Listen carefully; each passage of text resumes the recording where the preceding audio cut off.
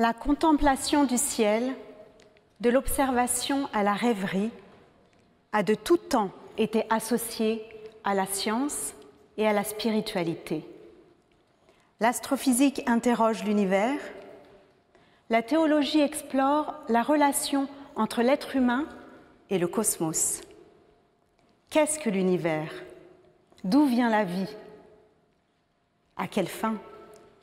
Mesdames et messieurs, bienvenue dans la soirée inaugurale du programme à ciel ouvert Sciences et Spiritualité, initié par la Faculté de théologie de l'Université de Genève en partenariat avec la Fondation Yves et Inès Oltramar. Ce soir, nos invités d'exception dialogueront, croiseront leurs regards, croiseront leur savoir sur des questions aussi existentielles qu'universelles. Et pour ouvrir cette soirée, merci d'accueillir le recteur de l'Université de Genève, le professeur Yves Flukiger.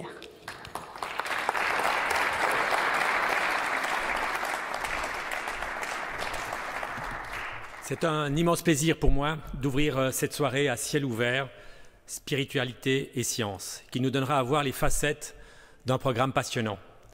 Unique en Suisse, ce projet qui allie théologie et astronomie témoigne du développement d'un magnifique dialogue interdisciplinaire illustrant parfaitement la richesse et la polyvalence de notre université.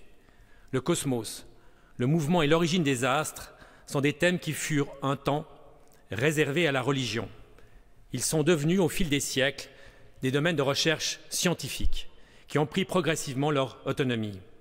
Avec ce dialogue interdisciplinaire sur l'énigme des origines, la place et le sens de l'être humain dans l'univers, il s'agit simplement de partager la manière dont aujourd'hui ces deux domaines peuvent apprendre l'un de l'autre. Les astrophysiciens essayent de répondre aux 1000 questions posées par cet univers auquel nous appartenons. Ils le font avec les outils de la science expérimentale. De leur côté, la philosophie et la théologie interrogent la dimension du sens et de la croyance auquel cet univers nous ouvre aussi. Mais si astronomie et théologie sont clairement différentes, elles ne s'excluent pas plus l'une l'autre. Elles cherchent au contraire à apporter des éclairages complémentaires sur des thématiques à la frontière entre astrophysique et philosophie ou religion. Ces deux domaines dialoguent volontiers et s'enrichissent mutuellement, sans pour autant chercher à faire concorder tous leurs résultats. Ce dialogue dont la différence, reconnue et assumée, fait la richesse d'une université polyvalente comme la nôtre. Si nous pouvons ce soir lancer officiellement ce projet, c'est grâce au partenariat établi avec la Fondation Yves et Inès Oltramar que je tiens ici à remercier très chaleureusement. Yves Oltramar, que je salue et à qui j'adresse ma très vive reconnaissance, a été l'un des artisans qui a permis la concrétisation de ce projet. Lors de cette soirée, différents thèmes seront abordés pour illustrer ce programme orienté autant vers nos étudiantes et étudiants que le grand public. Pour l'occasion, nous avons donc rassemblé des personnalités des arts, de la théologie et de l'astronomie. Je suis tout particulièrement heureux de pouvoir accueillir à distance Madame Fabienne Verdier, artiste peintre internationalement reconnue, qui partagera avec nous, dans un fascinant dialogue filmé avec son ami Trinh Xuan Tuan, la manière dont elle intègre dans son art sa vision de ce cosmos qui nous fascine. Trinh Xuan Tuan peut par bonheur être parmi nous ce soir. C'est un privilège de pouvoir compter sur la présence de cet astrophysicien réputé, dont les ouvrages rapprochent les questions que se posent astronomes et cosmologues de celles que se posent théologiens, théologiennes et philosophes. Quelle est l'origine de l'univers? D'où venons-nous? Et où allons-nous? Et finalement, c'est pour moi toujours un plaisir d'accueillir le professeur Didier Queloz, l'un de nos 2 prix Nobel de physique 2019. La découverte de Michel Mayor et Didier Queloz en 1995 d'une planète autour d'une autre étoile que le Soleil, qui leur a valu cette prestigieuse distinction, répondait à une question vieille de plusieurs milliers d'années. Existe-t-il d'autres mondes? Elle fut à travers les siècles un débat pour le moins animé entre théologiens et astronomes. Mais plus encore, cette découverte apportait un élément de réponse à une autre grande question millénaire: la vie existe-t-elle ailleurs? Thématique qui est chère à Didier Queloz.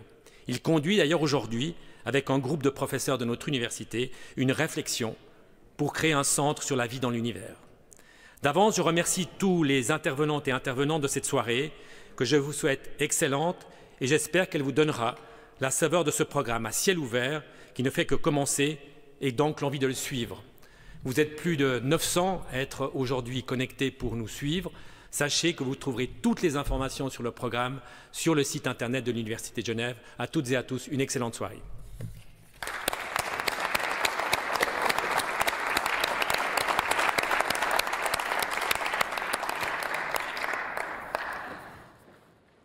Merci, Monsieur le Recteur. Je rebondis sur vos mots. Astronomie et théologie sont différentes, mais complémentaires.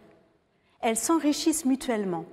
Ce soir, nous explorerons comment l'astrophysique peut nous aider dans notre quête de sens et comment la vie ailleurs, potentiellement, peut nous impacter. Mais tout de suite, pour ouvrir cette première table ronde, entrons dans le vif du sujet. Quels sont les fondements de ce dialogue ?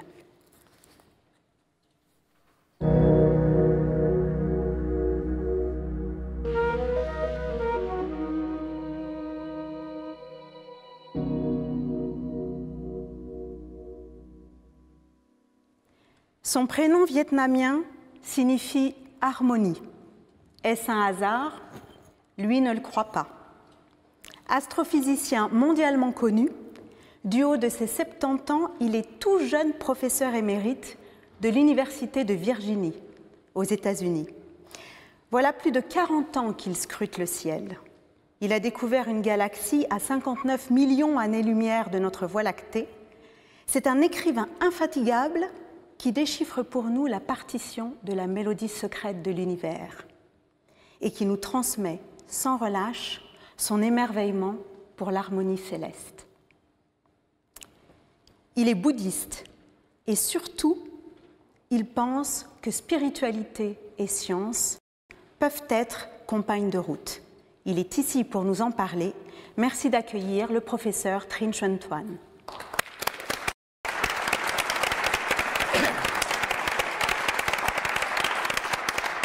Merci. Donc, science et spiritualité font-elles bon ménage? À cette question, je réponds oui sans aucune hésitation. Et je vais tenter de le démontrer en invoquant deux événements dans mon cheminement personnel. Alors, je suis le produit de trois cultures, né au Vietnam, qui m'a inculqué le confucianisme et la spiritualité bouddhique, éduqué à la française dans le lycée français à Saigon.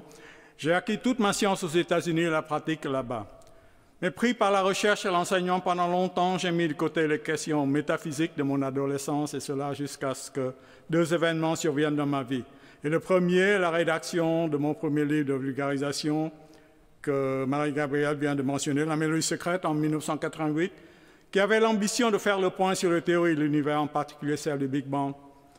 Pendant l'écriture du livre, je me suis rendu compte qu'au-delà des questions purement scientifiques, des interrogations métaphysiques se posaient inévitablement, car l'astronomie donne non seulement à voir, mais aussi à réfléchir.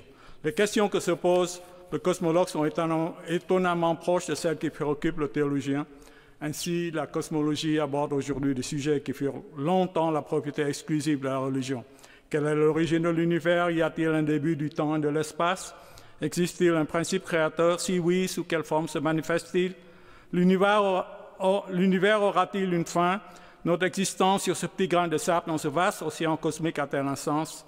L'émergence de la vie d'abord, ensuite de l'intelligence de la conscience, ne sont-elles qu'un simple fait du hasard, un accident de parcours dans la longue histoire de l'univers? Où étaient-elles inscrites dans les propriétés de chaque atome? Planète, étoile, galaxie, dans chaque loi physique qui régit le cosmos? À force d'attaquer le mur qui cerne la réalité physique avec le marteau-pilon, que sont les lois physiques et mathématiques, les astrophysiciens se sont retrouvés face à face avec les théologiens. La science peut donc projeter un éclairage nouveau sur la théologie. Le biologiste français Jacques Monod a encouragé cette incursion de la science dans le domaine physique en écrivant dans Le hasard et la nécessité, publié en 1970. Le devoir s'impose aujourd'hui, plus que jamais, aux hommes de science de penser leur discipline dans l'ensemble de la culture moderne pour l'enrichir non seulement de connaissances techniquement importantes, mais aussi des idées venues de leur science qu'ils peuvent croire humainement signifiantes. L'ingénuité même d'un regard neuf, et celui de la science l'est toujours, peut parfois éclairer d'un jour nouveau d'anciens problèmes. L'autre événement qui m'a poussé à confronter la science avec la spiritualité fut ma rencontre avec le moine bouddhiste Mathieu Ricard en 1997. Mathieu était la personne idéale pour discuter des questions que je me posais depuis longtemps sur la vision bouddhiste du réel et sur les rapports qu'elle pouvait avoir avec la vision scientifique. En effet, il avait parcouru le même chemin que moi, mais en sens inverse. Alors que j'étais un bouddhiste devenu scientifique, il était un scientifique devenu bouddhiste. Mon but en voulant confronter les approches scientifiques et bouddhistes du réel n'est pas d'imprimer à la science des allures de mysticisme, ni de justifier les enseignements du bouddhisme par des découvertes scientifiques. La science fonctionne parfaitement bien sans aucun besoin d'un support spirituel. Et le bouddhisme est une science de l'éveil, et le fait que la Terre tourne autour du Soleil au lieu du contraire ne change rien à l'affaire. Le bouddhisme a quelques 2500 ans d'existence, alors que la science moderne n'a vu le jour qu'au début du XVIe siècle. Je n'étais même pas certain que telle démarche puisse avoir un sens. Pour moi, le bouddhisme était principalement une voie contemplative menant à l'éveil, au regard avant tout tourné vers l'intériorité, alors que le regard de la science se porte surtout vers le monde extérieur. De plus, le bouddhisme et la science utilisent des méthodes d'investigation du réel totalement différentes. La science a pour outil l'intérêt que la raison et le langage hautement élaboré des mathématiques. Par contre, l'intuition, l'expérience intérieure jouent le rôle principal dans la démarche contemplative.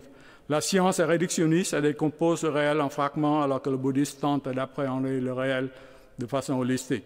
Le bouddhisme ne fait pas appel à des instruments de mesure sophistiqués tels que les télescopes et autres microscopes.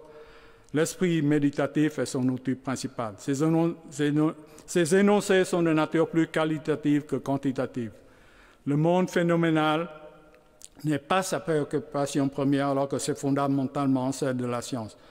Pour lui, l'acquisition de connaissances se fait avant tout dans un but thérapeutique, à alléger la souffrance des hommes.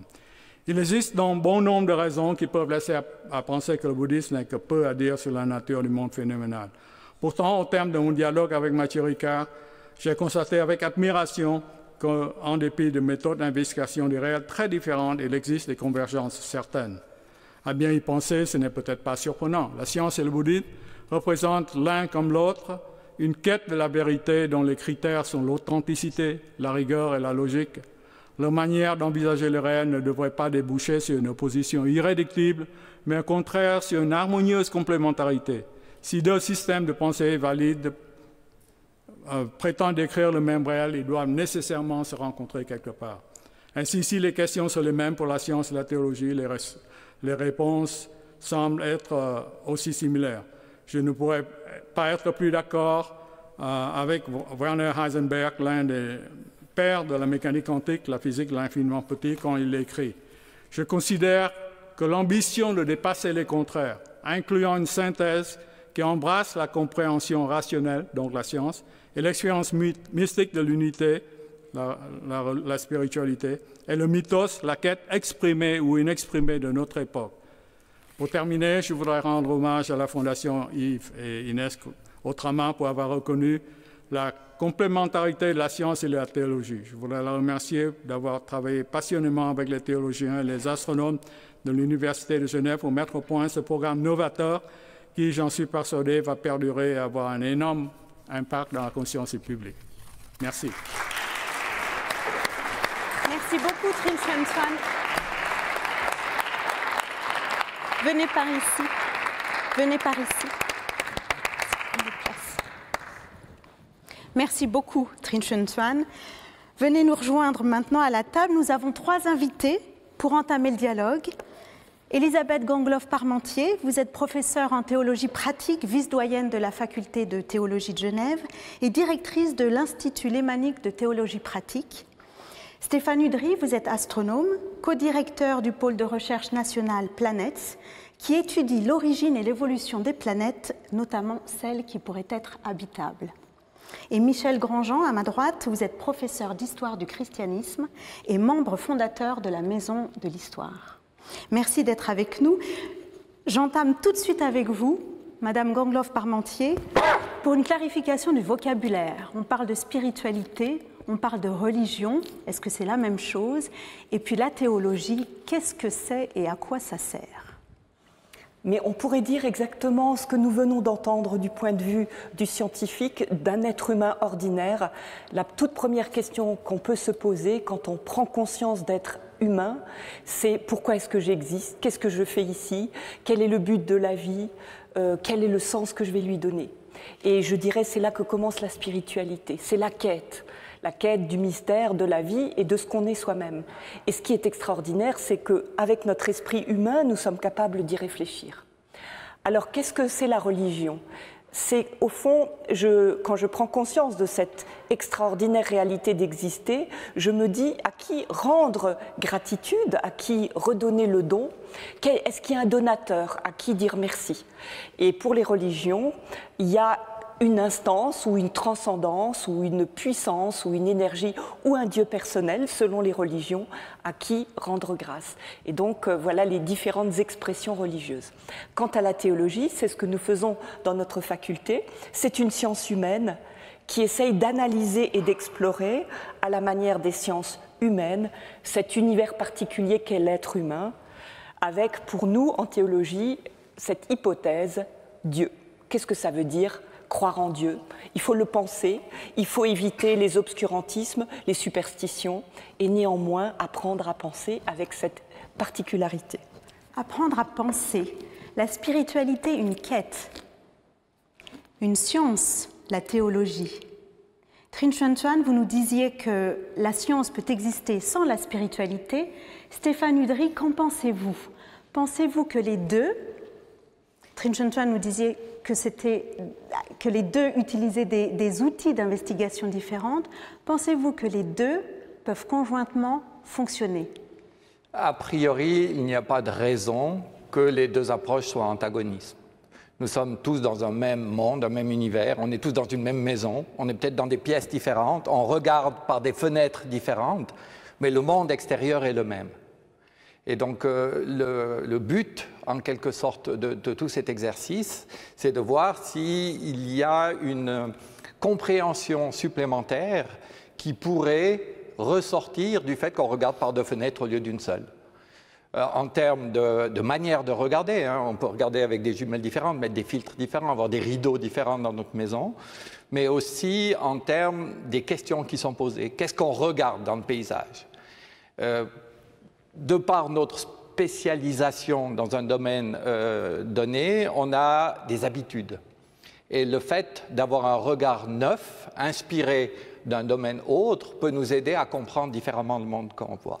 Et je pense que c'est vraiment important dans la société actuelle où des défis globaux sont proposés chaque jour. Hein. Il y a l'évolution du climat, il y a la pandémie, et c'est seulement ces approches transdisciplinaires qui vont nous permettre d'essayer d'y apporter une solution aussi qui va être globale. Merci beaucoup. Donc, une même maison, des manières différentes de l'explorer, mais ça n'a tout de même pas été toujours la grande harmonie, pour reprendre les termes, au cours de l'histoire. Oui, vous avez raison. On a l'impression que souvent, dans l'histoire, au cours des 2 derniers millénaires que j'explore un peu plus, eh bien, il y a eu d'un côté la science et de l'autre côté la foi. Et puis, on a l'impression qu'il y a eu souvent un conflit entre les deux, et c'est vrai qu'il y a pu avoir ce conflit, mais les exemples qu'on mentionne ne sont pas toujours bons. Je peux en donner un ici. Celui auquel tout le monde pense, c'est peut-être celui de Galilée. Bien sûr. Et alors on se dit, Galilée, c'est d'un côté la foi, l'obscurantisme de l'Église et de l'Inquisition romaine, de l'autre côté, c'est la science, c'est un homme qui se bat contre la foi et contre l'Église. Mais il n'y a rien de plus bête que de dire une chose comme ça, tout simplement parce qu'à mes yeux, il n'y a rien de plus faux. En fait, entre Galilée d'un côté, ses adversaires de l'autre, il y a 2 groupes qui se réclament de la foi, qui se réclament du christianisme et qui ne lisent pas l'Écriture de la même façon. Pour le dire en 2 mots, il y a d'un côté une lecture limitée et à tout prendre insatisfaisante de l'Écriture, c'est l'Inquisition, et il y a une lecture plus intelligente qui est celle de Galilée. Galilée qui vous dit, mais écoutez, Dieu est l'auteur de l'Écriture, je l'admets. N'oubliez pas néanmoins que Dieu est aussi l'auteur de la nature. Si je vois dans la nature des choses différentes de ce que je vois dans l'Écriture, eh bien, je dois me rendre à l'évidence que peut-être cette Écriture, je ne la comprends pas bien. Et c'est donc la nature qui doit avoir la priorité. Et c'est ainsi que Galilée va dire qu'il n'y a pas de centre à l'univers. La nature doit avoir la priorité, on développe un esprit critique, on a également vu cohabiter ça au sein de personnalités telles que Georges Lemaître, père fondateur du Big Bang, n'est-ce pas, la théorie à laquelle vous vous référez régulièrement comme principe fondateur. Pour reprendre les termes des astronomes, est-ce qu'on pourrait voir dans le Big Bang un modèle cosmologique pour la spiritualité?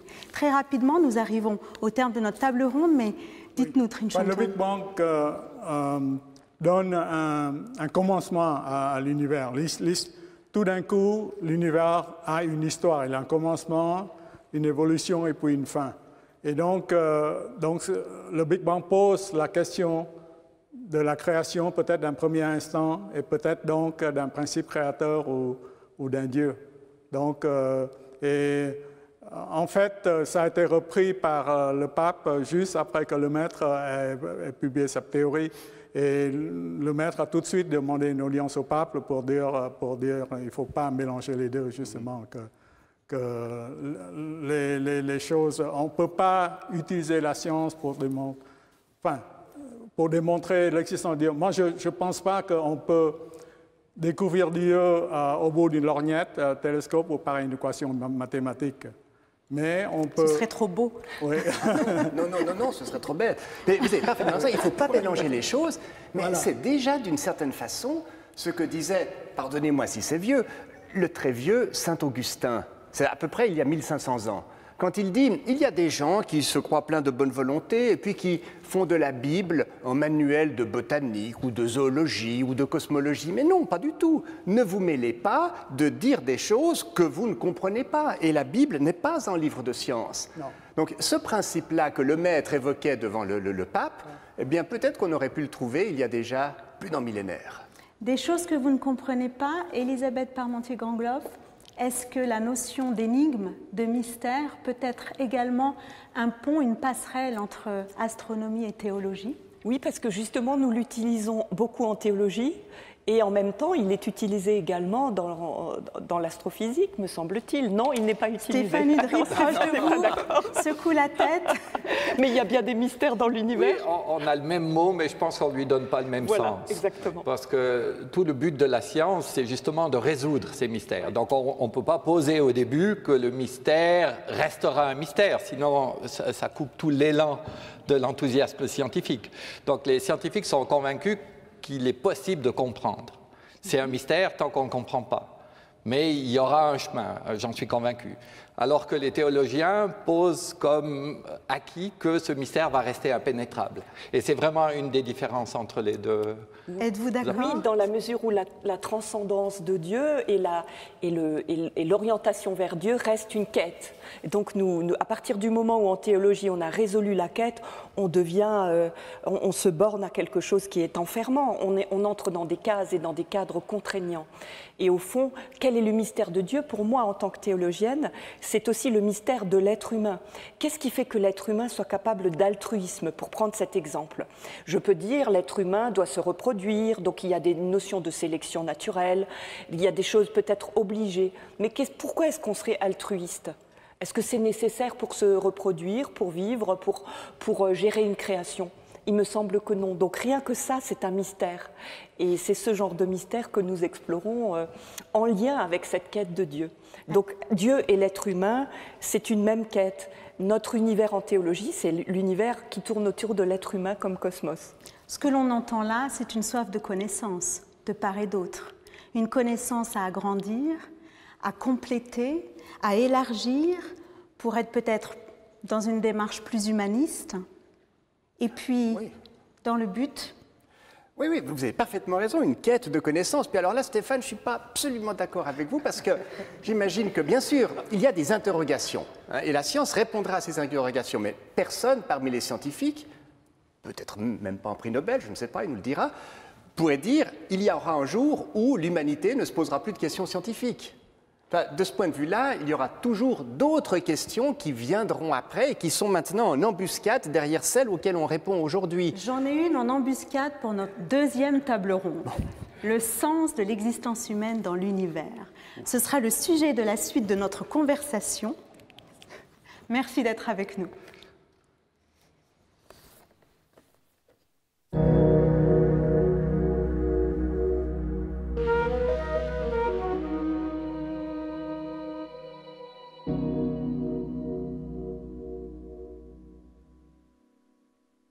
L'astrophysique et la théologie ne sont pas les seuls à explorer le rapport étroit qui unit l'être humain à l'univers. L'art aussi. Une artiste peintre en particulier, Fabienne Verdier, manie ses pinceaux et ses pigments de telle sorte qu'elle crée des œuvres qui vibrent d'énergie, de beauté et d'émotion. Des œuvres qui vont au-delà de la représentation figurative du réel pour mieux nous restituer le souffle, l'élan vital qui anime les éléments de la nature. Trinh Xuân Xuan, Fabienne Verdier vous recevait il y a quelques jours dans son atelier. Tout à fait. Et nous avons été les heureux privilégiés, témoins de cet échange.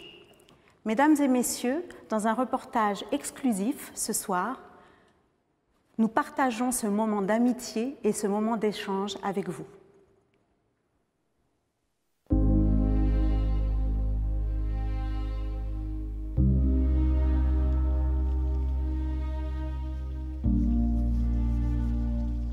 Bonjour Fabienne, ravi de vous revoir. On est trop content.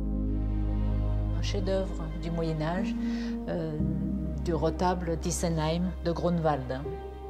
Ce tableau nous dit, mais n'ayez pas peur de la mort, même si nous quittons cette enveloppe charnelle, nous sommes des êtres de lumière et nous retrouvons l'espace, le cosmos, l'univers.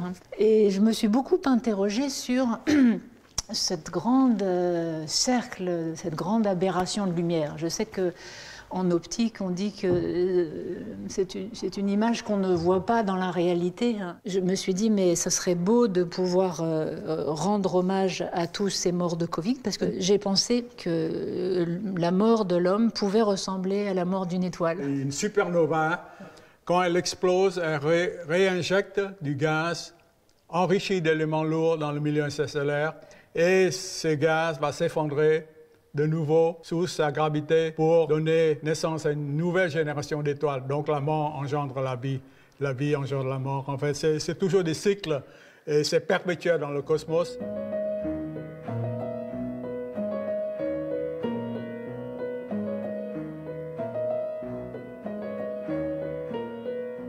Que je vous raconte mon aventure avec la lumière. Oui. Un jour, j'arrose le jardin et autour de moi, je vois tout à coup, subitement, un arc-en-ciel Tout à fait. absolument parfait de lumière. J'étais bouleversée parce que c'est vrai que ce spectre de la lumière blanche, il est insaisissable. Pour un peintre, ça a remis en cause toute ma manière de peindre, parce que je me suis rendu compte que l'essence de la lumière était indéterminée, microparticule, et elle ne se voit pas à l'œil nu, elle ne se rend compte, elle ne se réfracte que quand tout à coup il y a de l'eau. Oui, voilà. Elle surgit partout, la lumière. La lumière nous entoure. Elle nous entoure. Ouais. Alors ça, c'est en fait l'ADN de nos images mentales, ce spectre de la lumière blanche. Tout à fait.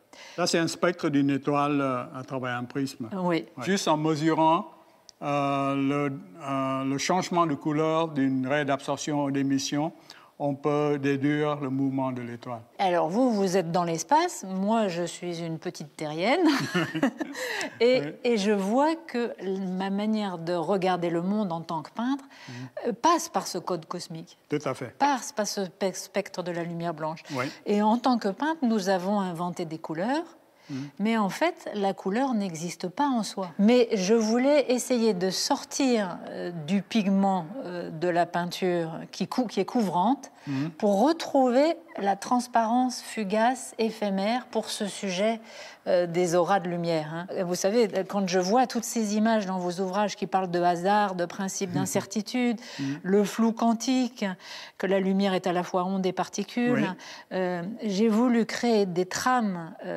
aléatoires de ces anneaux de lumière avec des différentes longueurs d'onde pour créer mes auras de lumière. Superbe. C'est-à-dire que avec mes écrans de sérigraphie, j'ai fait des nappages de microparticules, de points aléatoires avec différentes longueurs d'onde. Et ensuite, en les superposant et en nappant toujours en transparence, j'arrive à des frontières qui soient totalement vibratoires, c'est-à-dire il n'y a plus rien de fixe, et il n'y a que de la transparence et de la lumière et des accidents de lumière entre justement les complémentaires primaires, qui sont le magenta, le jaune et le cyan, le bleu cyan. Et je me suis rendu compte qu'en les superposant de manière aléatoire, je retrouvais la vie de l'arc-en-ciel, et vous avez vu tous ces accidents de lumière. Et en fait, c'est une expérience fameuse qui a été faite par Newton, en fait, pour démontrer que la lumière blanche, justement, c'est l'addition de toutes les couleurs de l'arc-en-ciel.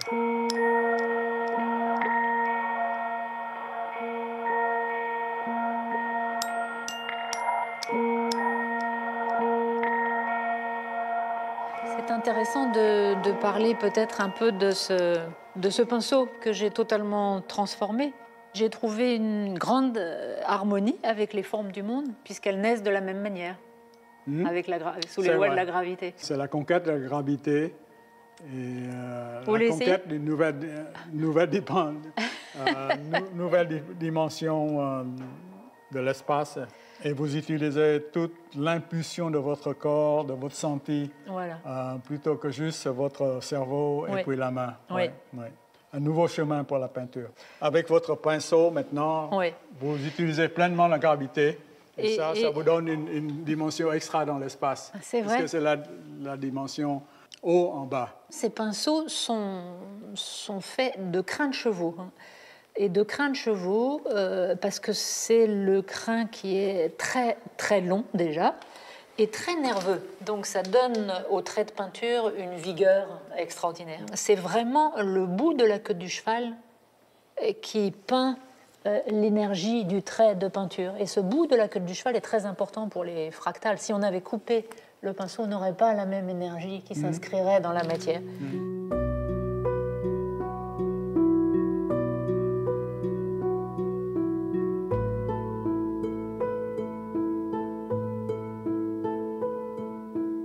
Moi, mon idée avec le pinceau, l'idée un peu poétique, c'est une aventure.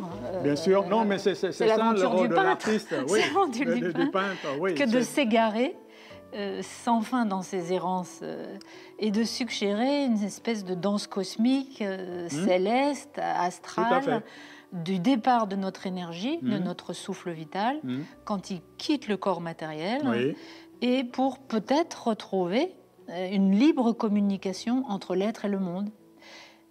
Et ça se célèbre. Oui, c'est une sorte de célébration des retrouvailles avec ce qui est peut-être inné en l'être humain, c'est le cosmos.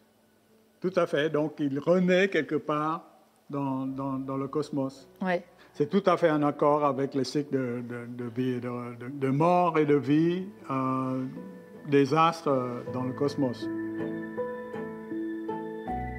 Je me suis vraiment intéressée à la nébuleuse. Nébuleuse planétaire. Voilà. Et nébuleuse, ça vient du latin nebulosis, ça veut dire flou.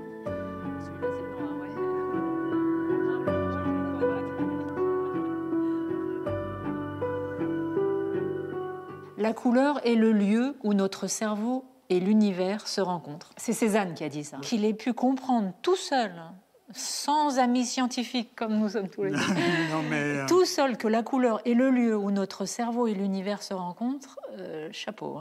Oui, mais moi je suis persuadé que les grands artistes, comme les grands scientifiques, ont cette intuition de l'univers. Einstein disait la fantaisie et l'imagination sont plus importants que la connaissance. Voilà, donc... Juste pour vous taquiner. Non, mais moi je suis tout à fait d'accord avec lui. Le plus fort, c'est le sentiment du mystère. Bien sûr. Quelqu'un qui a perdu le sentiment du mystère n'est plus un être humain, il a dit aussi.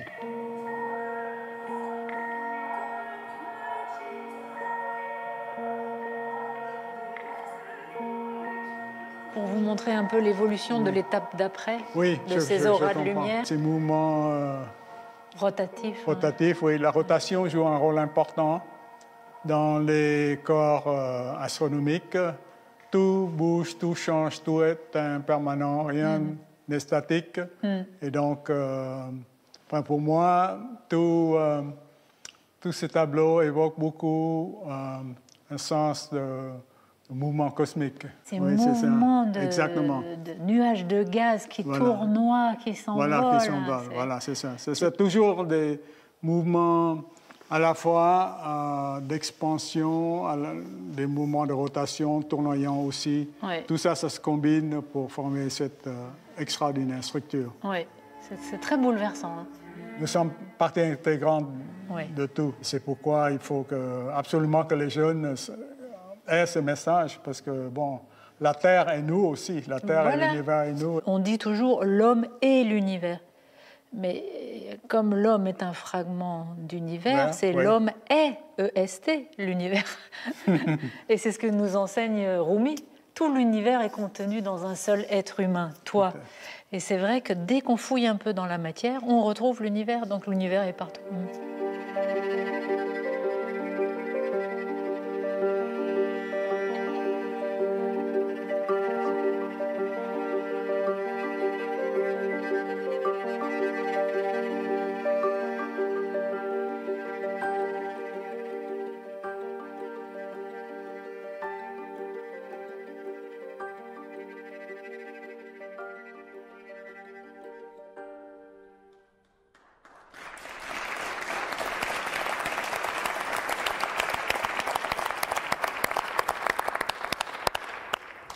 Trois nouveaux invités nous ont rejoints. Guylain Waterloo, vous êtes professeur de philosophie de la religion et d'éthique et doyen de la faculté de théologie de Genève.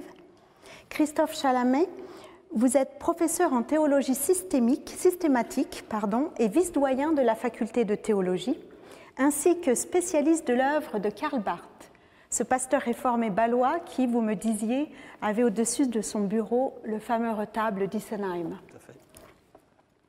Georges Ménet, vous êtes physicien stellaire. Votre travail au département d'astronomie de l'Université de Genève consiste à étudier les étoiles massives. Et je ne peux que vous adresser cette première question, vous qui êtes un chasseur d'étoiles ou un chercheur d'étoiles. Sans les étoiles, y aurait-il la vie telle que nous la connaissons? Alors la réponse est non.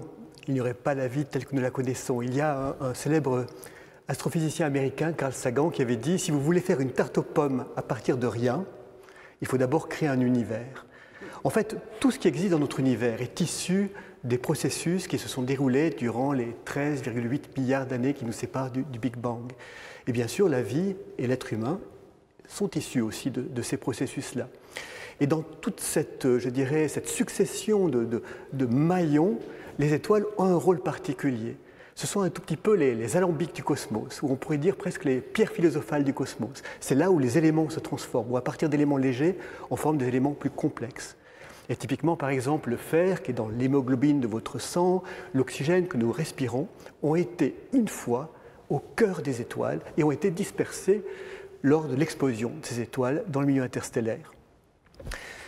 En fait, c'est assez impressionnant de penser que justement l'astronome qui s'intéresse à des objets aussi lointains que sont les étoiles, qui n'ont pas grand-chose à voir avec nous-mêmes, finalement, en les étudiant bien, on découvre qu'elles ont un lien très profond avec nous. Ce sont nos ancêtres. Et ça me fait penser à cette phrase qu'une lectrice avait mise, ou plutôt c'est Hubert Reeves qui avait mis cette phrase en exergue de son livre « Patience dans l'azur ». Vous savez que Patience dans l'azur, c'est tiré d'un poème de Paul Valéry, Patience, Patience dans l'azur, où chaque atome de silence est la chance d'un fruit mûr. Mais il y avait cette petite exergue d'une lectrice qui disait « On m'avait toujours dit tu n'es que poussière, on avait oublié de me dire qu'il s'agissait de poussière d'étoiles. » Poussière d'étoiles, nous sommes des poussières d'étoiles. En tant que théologien, Christophe Chalamet, c'est une image qui vous parle? Oui, c'est une image qui est magnifique, qui nous rappelle évidemment notre petitesse, le fait que nous sommes là pour un instant et nous disparaissons. ça nous remet en perspective, surtout que l'être humain a parfois tendance à vouloir être au centre de tout, à se faire le centre de tout. Et donc là, ça coupe court, disons, à ces velléités, à cette hubris qui peut être celle de l'être humain. Et en même temps, on doit, en plus de cette extrême vulnérabilité et faiblesse de l'être humain, remarquer, comme le faisait Blaise Pascal, qui parlait non seulement de cette misère de l'être humain, de cette petitesse, mais de cette grande dignité de l'être humain qui cherche à comprendre. Voilà, donc une vulnérabilité, petitesse, poussière d'étoile, mais poussière d'étoile intelligente, en quête d'intelligence. Poussière d'étoile intelligente, qui nous permet de dépasser cette hybris que vous mentionnez. Ce sont également les passions tristes, d'après Spinoza, un de vos modèles, n'est-ce pas? Oui, tout à fait. Justement, Spinoza, moi je suis... le Big Bang, pour moi, ce n'est pas un dieu barbu, personnifié, qui a fait les lois, parce qu'on sait que l'univers a été réglé de façon extrêmement précise dès le début, dès la première fraction de seconde après le Big Bang, pour que les étoiles massives apparaissent et donc font leur alchimie nucléaire, comme ça a été décrit auparavant, et donc mènent à la vie et à la conscience. Donc c'est ce qu'on appelle le principe anthropique du grec anthropos, qui veut dire homme. Donc il y a une connexion aussi, non seulement donc, que nous sommes ces connexions poussière d'étoiles, mais ça va plus loin, que l'univers semble avoir été réglé de façon extrêmement précise pour que ces étoiles naissent. Donc voilà. Mais pour moi, c'est pas... ce réglage n'est pas un Dieu créateur, barbu, personnifié, qui s'occupe des affaires quotidiennes de nous sur Terre, mais c'est un principe qui se manifeste dans la beauté et l'harmonie de la nature. La beauté et l'harmonie, nous y revenons. Mais alors, s'il y a un principe régulateur, un univers régulé de manière précise, est-ce que cela veut dire que l'univers a un sens? Oui, tout à fait. Moi, je pense que... Enfin, pour moi, le sens est très important. Quand je vais au télescope et que je vois cet ordre, cette harmonie, c'est difficile pour moi de penser que tout est hasard, rien n'a de sens, que notre existence ici n'a aucun sens, que cet univers que je contemple n'a aucun sens, que c'est les lois des hasards. On aurait pu bien se produire ou non. Pour moi, c'est difficile de croire ça. Donc, c'est un pari à la Pascal de nouveau. Vous voyez, vous citiez Pascal tout à l'heure. Et donc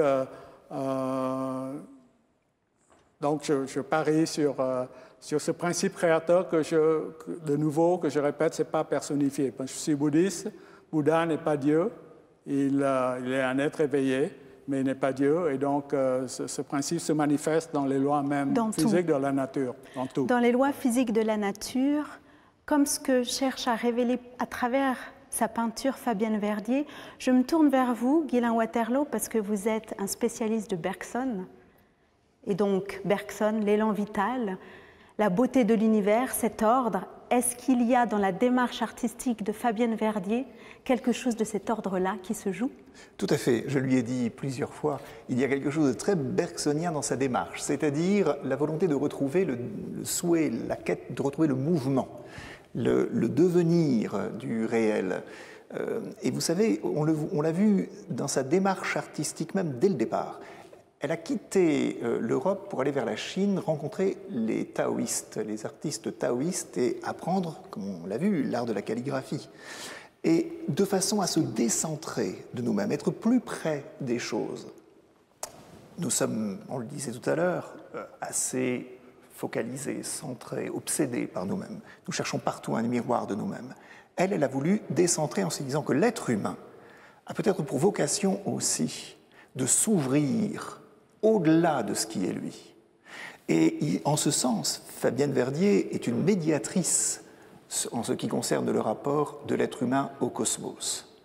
Elle montre que nous sommes appelés à écouter, à nous tourner, à contempler, à méditer, à réfléchir, à connaître ce qui, pas seulement ce qui nous concerne. Et en cela, nous accomplissons aussi notre destination.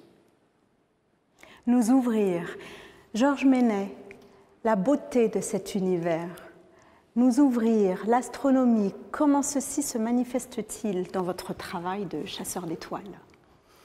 Alors pour moi, la notion de beauté, c'est une notion un petit peu compliquée parce que je ne sais pas si la beauté existe en soi ou si c'est quelque chose qui finalement est relatif à la personne qui regarde et à l'objet qui est regardé. Peut-être que le sentiment de beauté qu'on a, c'est simplement le fait qu'on a été construit pour trouver cela beau, je ne sais pas. Par contre, je trouve que l'univers suscite l'étonnement. Et l'étonnement, c'est le début de la connaissance, de la curiosité.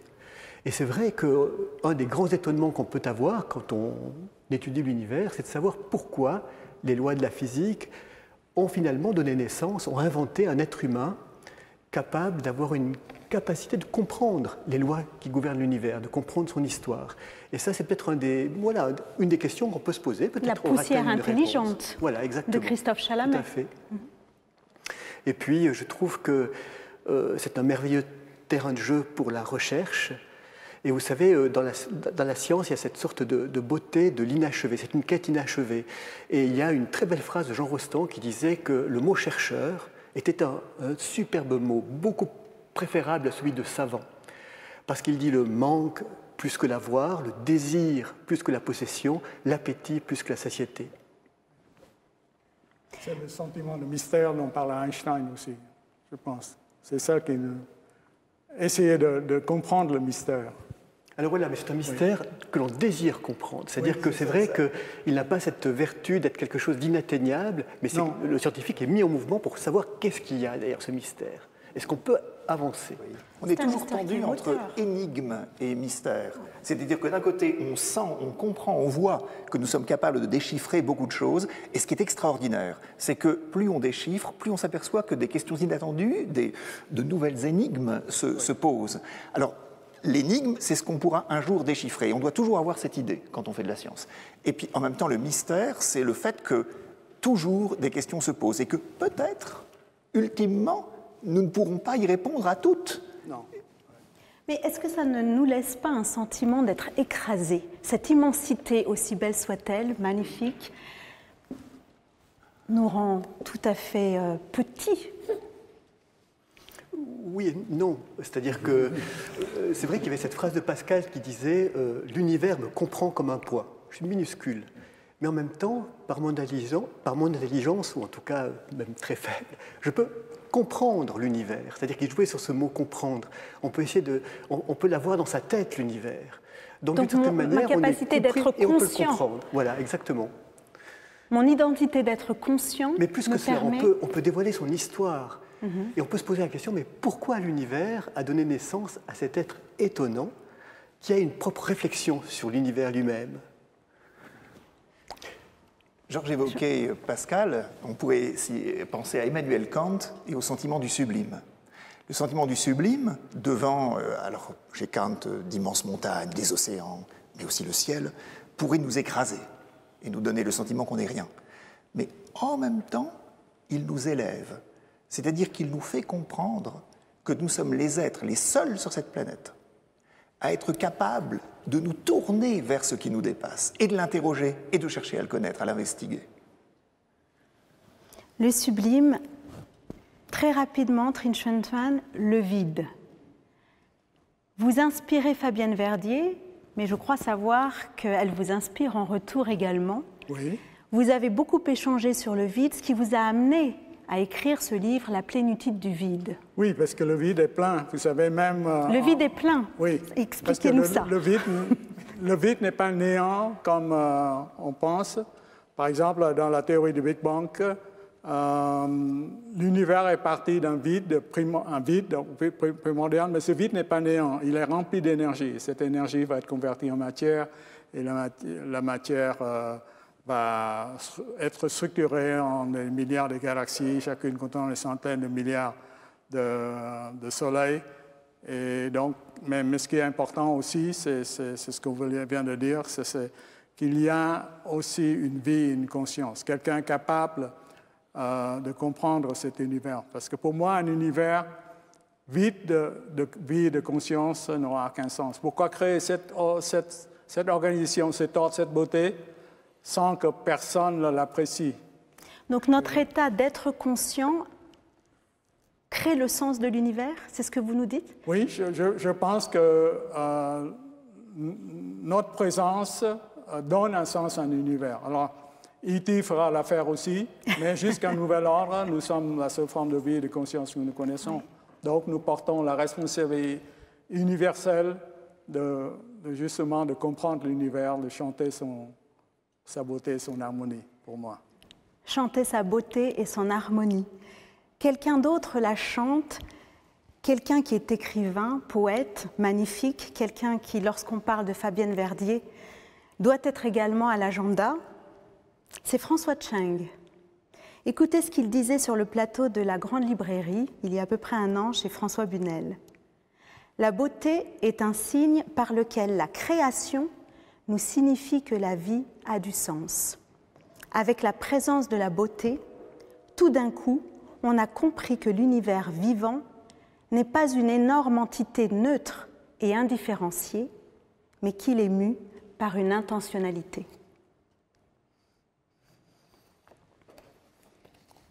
Merci beaucoup pour cet échange. Nous allons continuer, poursuivre le dialogue. Nous comprenons que ce dialogue pluridisciplinaire a toute sa raison d'être, a également son sens, non seulement entre science et spiritualité, mais avec l'art. Et puis la poésie, vous venez de me citer François Cheng. Voilà, la poésie qui est un art. Oui, on voilà. est d'accord. Donc, je pense que le réel est beaucoup plus riche quand il y a beaucoup de fenêtres. Quand on peut l'observer par beaucoup de fenêtres. Donc, la science est une fenêtre, la spiritualité, il y a l'art, et il y a la poésie aussi. Enfin, et elles sont plurielles. Oui, et il faut les combiner pour avoir une vision riche du réel.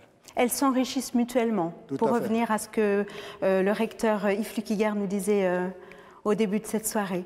Merci beaucoup. Nous allons ouvrir une nouvelle fenêtre pour la table ronde qui suit, c'est celle de la vie ailleurs.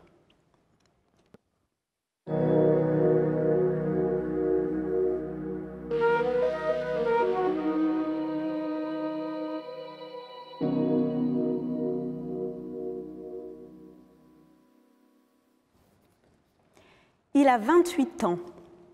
Et il passe une fois de plus sa soirée à scruter le ciel avec Élodie, son spectrographe. Lorsqu'il fait une découverte qui, 25 ans plus tard, lui vaudra, avec Michel Mayor, son directeur de thèse d'alors, le prix Nobel de physique. Le phénomène observé paraissait absolument improbable. Une exoplanète, la première, en orbite autour d'une étoile semblable à notre Soleil.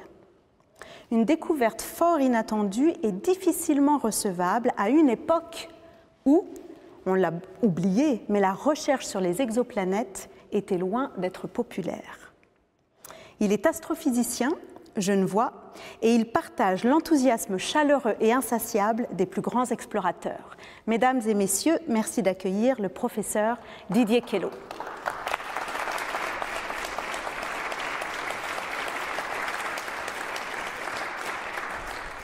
Merci pour cette merveilleuse invitation et ce merveilleux événement. Comment la vie a-t-elle émergé sur Terre? L'univers est-il rempli de vie? Quelle est la nature de la vie?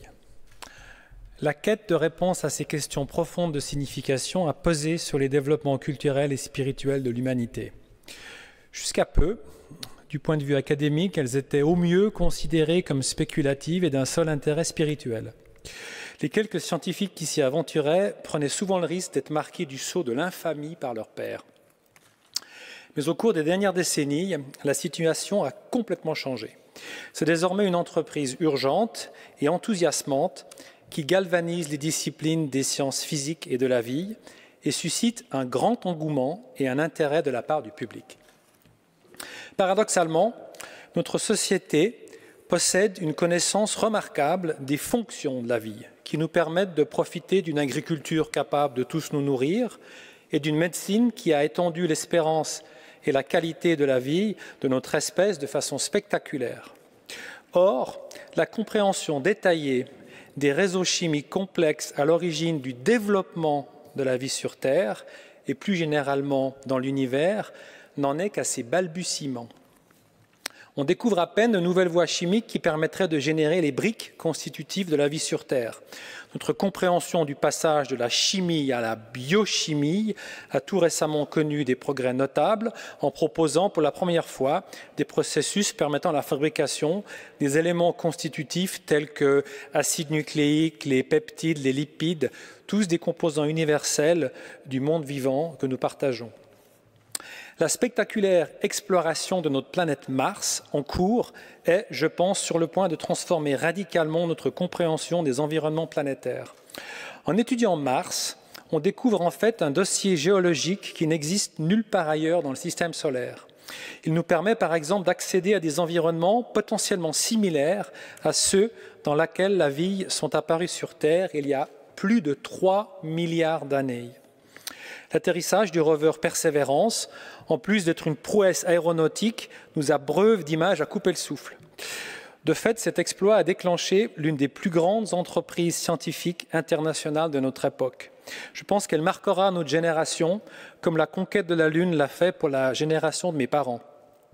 Au cours des prochaines années, la NASA et l'ESA, travaillant ensemble, rapporteront des échantillons d'un dépôt lacustre vieux de à peu près 4 milliards d'années de cette planète. Ces échantillons offriront une fenêtre temporelle unique sur notre système solaire à l'époque où la vie émergeait sur Terre pour partir à la conquête de notre chère planète. En quelque sorte, nos valeureux ancêtres à tous. Et puis enfin, et pas des moindres, les récentes découvertes d'une multitude de systèmes planétaires en orbite autour d'étoiles, les fameuses exoplanètes, qui nous ont valu avec Michel les honneurs de Stockholm, ont transformé la science planétaire et nous obligent désormais à repenser la place de la Terre dans l'univers et en particulier à examiner les processus qui ont rendu notre planète, et potentiellement d'autres, propices à l'émergence de la vie. La découverte d'une grande diversité de planètes en orbite autour d'autres étoiles a considérablement élargi nos horizons, offrant dès lors la perspective vertigineuse de pouvoir explorer la répartition et la diversité de la vie dans l'univers. Le télescope spatial James Webb, qui sera bientôt lancé par la fusée Ariane 5, deviendra le plus complexe et le plus puissant des observateurs dans l'espace jamais construits par l'homme pour étudier l'univers. Il fournira, entre autres, bientôt des informations détaillées sur la composition et la nature des atmosphères des exoplanètes. D'autres énormes télescopes terrestres sont en train d'être construits et des missions spatiales de nouvelle génération sont en train d'être imaginées pour rechercher les signatures de la vie dans les atmosphères planétaires de ces autres mondes. La vie et la Terre sont en ensemble unique dans la science. La Terre est la seule planète connue pour abriter la vie, et de plus, on n'y trouve qu'une seule forme universelle qui nous rattache tous à un ancêtre commun. C'est le point de départ le plus raisonnable que l'on est forcé d'admettre pour s'aventurer dans l'exploration de la vie dans l'univers de façon plus générale. Pour pouvoir répondre à la question « comment et pourquoi elle a vu le jour », nous permettrait peut-être d'extrapoler et d'élucider l'étendue des formes chimiques qui pourraient produire les attributs fonctionnels essentiels au maintien de la vie dans diverses conditions planétaires. On pourrait dès lors déterminer comment le développement continu de la complexité chimique dans des conditions physico-chimiques différentes permettent l'émergence de systèmes vivants, puis anticiper leur évolution et les effets que cette vie peut produire sur leur environnement planétaire. Cette quantité invraisemblable d'observations à venir va définir et marquer une nouvelle génération de chercheurs. Seront-ils en mesure de comprendre l'importance du retour d'échantillons de Mars, d'évaluer la faisabilité de la chimie dite prébiotique sur la Terre ou sur d'autres planètes? Seront-ils capables d'interpréter les premières détections de traces potentielles de vie au-delà de la Terre? Arriveront-ils à apprécier la teneur des processus biologiques qui peuvent influencer l'évolution des environnements et ces atmosphères planétaires? À mon avis, la prochaine décennie sera le témoin d'une époque déterminante. Elle mettra à l'épreuve notre capacité à transcender les frontières et les cultures conventionnelles pour adopter une approche radicalement nouvelle en tirant parti de plusieurs percées récentes et simultanées en astrophysique, en planétologie, en chimie moléculaire et en biologie.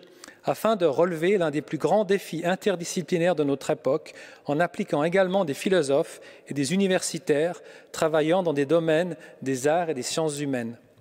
L'heure est désormais venue d'oser franchir les frontières invisibles et souvent malheureusement peu perméables des habitudes de chacun des domaines de la connaissance pour développer un dialogue rajeuni, riche et ouvert afin d'aborder ensemble la problématique si complexe de la nature de la vie.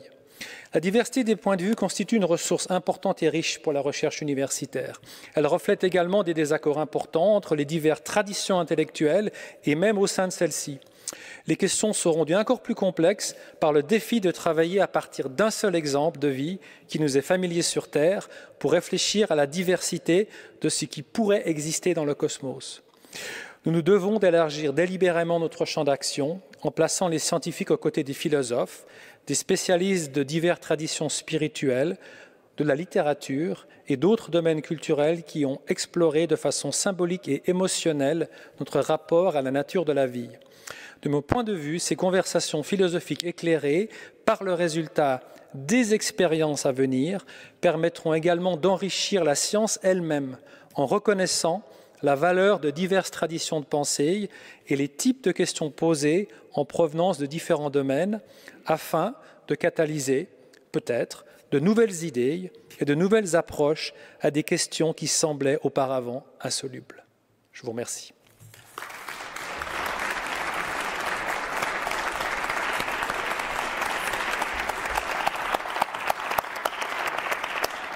Merci Didier Queloz. Nous ont rejoint pour cette table ronde, à ma droite, Jean-Daniel Macchi. Vous êtes professeur d'Ancien Testament, vous parlez et enseignez l'hébreu. Vos domaines de recherche incluent notamment l'étude et l'interprétation de la Bible hébraïque. Lorsqu'on parle de la vie ailleurs dans l'univers, on fait là un grand bond. Chose inattendue, mais tout à fait dans l'esprit de ce programme, de la pluridisciplinarité de ce programme, vous êtes au départ de formation architecte. Petite anecdote. Francesco Pepe, vous êtes astrophysicien, directeur du département d'astronomie de l'Université de Genève et vous êtes spécialisé dans l'élaboration d'instruments de pointe qui permettent la recherche astronomique et notamment celle des exoplanètes. Elisabeth Parmentier-Gangloff, que nous avons déjà eu le plaisir d'avoir à cette table ronde. Une question très directe, Francesco Pepe, puisque vous êtes, si j'ose dire, le grand horloger des instruments d'astronomie, dites-nous, y a-t-il de la vie ailleurs? Vous voulez savoir s'il y en a? Qu'est-ce que je sais ou qu'est-ce que je pense? Je voudrais une réponse très directe. Y a-t-il de la vie ailleurs? Parce que je pense que c'est exactement aussi une grande différence. En tant que scientifique, je dois dire ce que je sais en tant qu'approche, méthode scientifique, ce qu'on sait, ce qu'on a pu explorer avec les instruments qu'on a, avec les méthodes qu'on a. Et la réponse, elle est très très simple, c'est qu'on ne sait pas. On ne sait pas, on essaye de comprendre, c'est tout le but. On explore, on améliore nos instruments, on essaye de s'améliorer continuellement pour aller plus loin, plus précis et tout ça. Par contre, en tant que personne, en tant qu'homme humain, qui a bien sûr un esprit critique, un esprit scientifique, je l'espère en tout cas, mais quand je suis face à des faits scientifiques, comme on sait par exemple qu'il y a à peu près 100 milliards de galaxies dans notre univers, on sait que chacune de ces galaxies contient 100 milliards d'étoiles à peu près, donc on a 10 puissance 22, donc c'est un 1 avec 22 zéros d'étoiles dans l'univers, et que chacune de ces étoiles, ou pratiquement toutes les étoiles, ont au moins une planète qui leur tourne autour, d'imaginer qu'on soit les seuls êtres vivants de l'univers, j'ai de la peine. Voilà, donc, à 10 puissance 22. Voilà. Vous avez de la peine à imaginer qu'il n'y ait pas vie ailleurs. Vous aussi, Didier Queloz? Il a très bien répondu. Alors, pour le théologien que vous êtes, Jean-Daniel Macchi, est-ce que c'est un questionnement aussi naturel que pour vos collègues astrophysiciens, cette vie ailleurs? Oui, alors moi, ce que je trouve que c'est une question qui est assez fascinante pour un théologien, parce que depuis la nuit des temps, l'humanité se pose la question de ce qui est différent, ce qui est autre. Elle se pose la question de son environnement, des autres êtres vivants. Puis au fond, les questions que vous soulevez avec la vie extraterrestre, c'est un peu ça à la puissance 10, au fond. C'est l'altérité à la puissance 10 qui se pose comme question. On est en puissance 22, là. Oui, c'est très modeste pour un peu. C'est l'altérité, c'est intéressant. Oui, l'altérité, c'est le questionnement sur ce qui est autre. Et dans le rapport au vivant, c'est quelque chose d'assez fondamental, à mon avis. Alors évidemment, on pourrait se poser la question de deux manières par rapport à la vie extraterrestre. On pourrait se dire, au fond, est-ce que cette vie, on ne pourra jamais communiquer avec? On va apprendre simplement qu'elle existe. Et déjà ça, c'est assez fascinant. Parce qu'au fond, pour nous, en tant qu'êtres humains, ça nous dit, au fond, on n'est pas le centre, on n'est pas cette espèce de petit miracle extraordinaire qui serait seul dans l'univers. Non, c'est bien plus différent, c'est bien plus complexe. Et au fond, le monde est plus complexe, l'univers est plus complexe. Ça c'est la première question. Après, évidemment, on est de l'ordre de la science-fiction, naturellement, mais ce qui serait extraordinaire, c'est d'arriver à communiquer, à entrer en relation avec ce type de vie extraterrestre. À ce moment-là, on serait évidemment un abîme de questions théologiques qui se posent déjà d'une certaine manière face au monde qu'on connaît, mais au fond, il y a de l'interculturel. Ce serait un interculturel complètement exotique, avec des modes de pensée complètement différents, radicalement différents des nôtres. Ce serait fantastique. L'imagination est vaste. Mais alors justement, les conséquences de nature théologique sur l'hypothèse de telles découvertes d'une vie d'ailleurs. Je prolonge un peu ce que disait Jean-Daniel, parce que je me suis dit, il pourrait argumenter aussi par cette étonnante intuition des textes bibliques, qui sont quand même ultra anciens, et qui ont déjà l'intuition que la création telle qu'elle existe n'est pas le dernier mot de la création. C'est-à-dire que dans de nombreux textes bibliques, on a cette affirmation que la création est en enfantement. Elle soupire comme dans les douleurs de l'enfantement. Alors cette image montre bien que finalement la création humaine n'est pas juste le clé en main, ni la création du cosmos, ni la Terre. Déjà pour les anciens, il y a cette intuition. Moi je trouve ça extraordinaire qu'à l'époque, on n'ait pas mis l'homme au centre en se disant on se repose sur une planète qui nous est donnée, tout est accompli, voilà. Et donc on peut même voir cette ouverture à une vie possible. Et moi alors, est-ce que je sais ou je pense? Personnellement, je ne sais pas, mais ce que je pense en tant que théologienne, c'est que ce serait tout à fait dans la logique de cette prodigalité de la vie que nous vivons dans notre création et dans notre cosmos, dont la Bible parle dans des langages de louange et de joie et de jubilation, et qui relève de la poésie aussi, et du langage symbolique. Et je me dis, c'est tout à fait dans cet esprit de se dire d'autres formes de vie seraient tout à fait pensables en nous décentrant de notre piédestal. En nous décentrant et en utilisant cette jubilation comme un levier, comme un moteur pour chercher.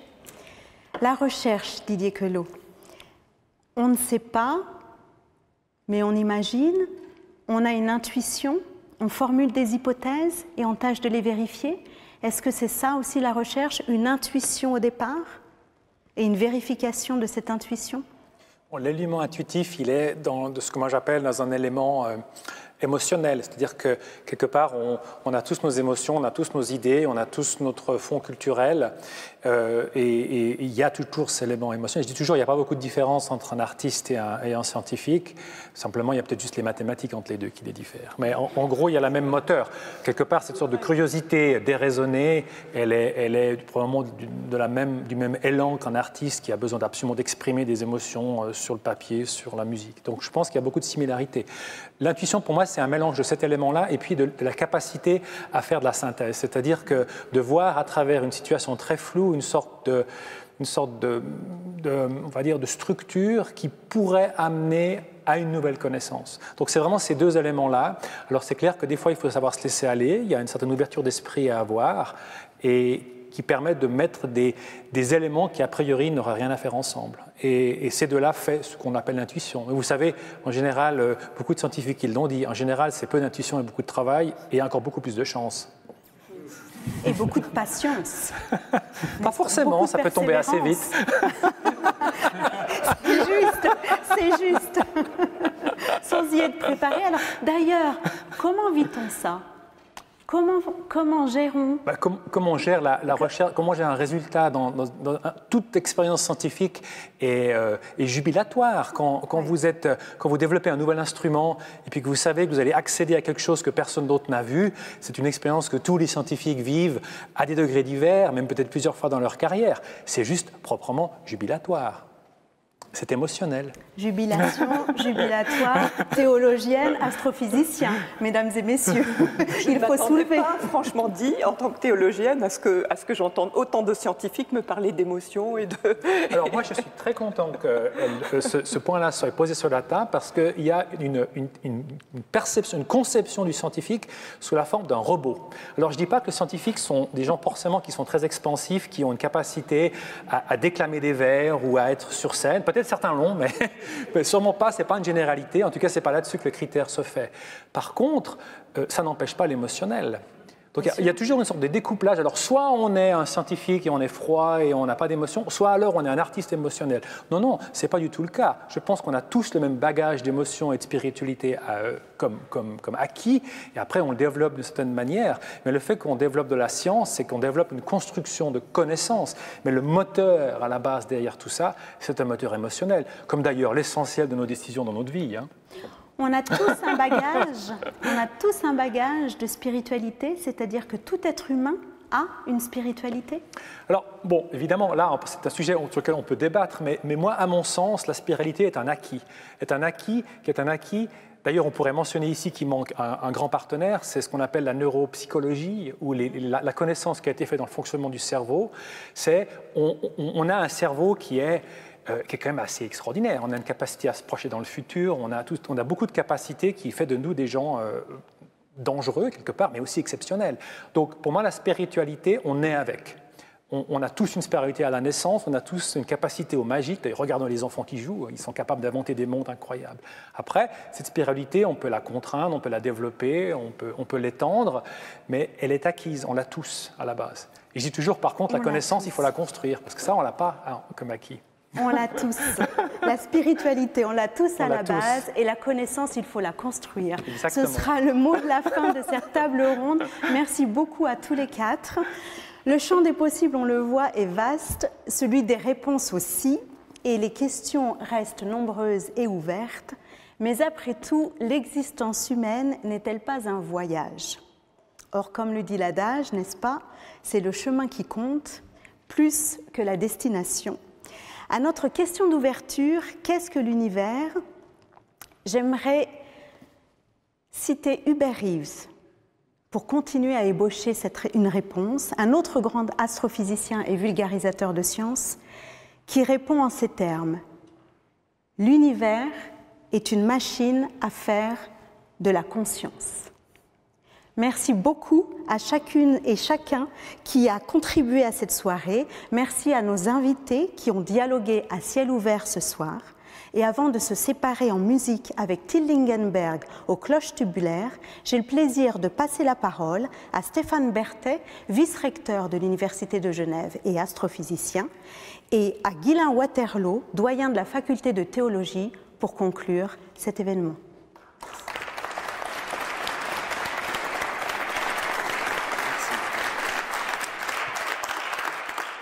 Lors de cette magnifique soirée, nous avons pu, hélas, qu'effleurer des questions passionnantes, telles que l'origine de l'univers, l'existence d'autres mondes, la vie ailleurs dans l'univers, ou le sens de l'existence de l'être humain dans cet univers. Autant de questions qui ont traversé l'histoire de l'humanité et que finalement, tout le monde se pose un jour ou l'autre dans son existence.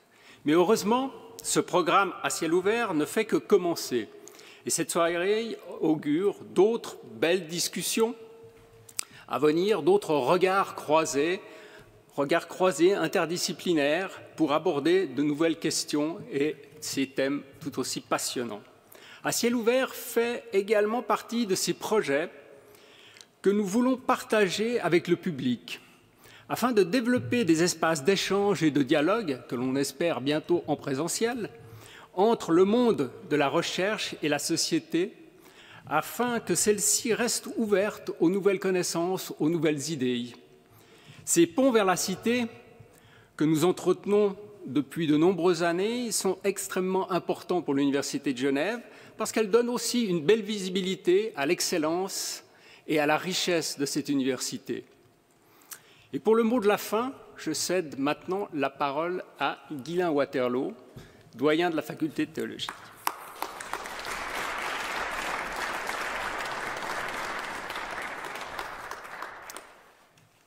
D'habitude, une conclusion termine quelque chose. Ici, au contraire, notre conclusion est une ouverture sur une suite.